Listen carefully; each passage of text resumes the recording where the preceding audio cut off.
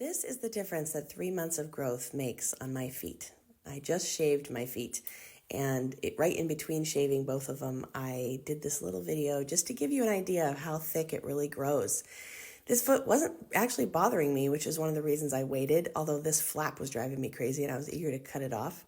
That is why I don't pull up on the skin to rip it off, as so many people request, because it does not pull up. It does not just come off. It is my skin, and it must be removed with a blade.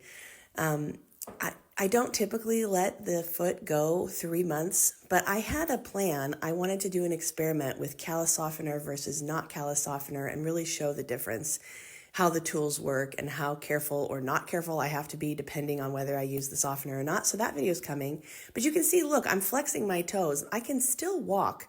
I can still totally function in my feet with this level of callus growth. It's really hard. It's like a hard shell. It will flex where there are cracks, and I can still walk, but it's very tough and needs to be lotioned a lot more often.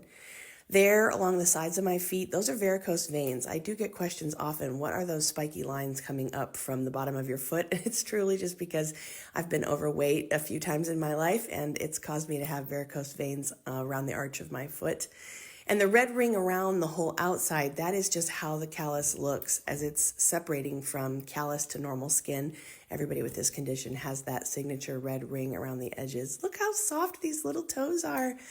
My other foot is quite hard. In fact, I think I did a fingernail tapping ASMR on how tough this outer shell is. So even though it flexes, and even though I can walk, and even though it's comfortable, it is pretty hard. Listen to that.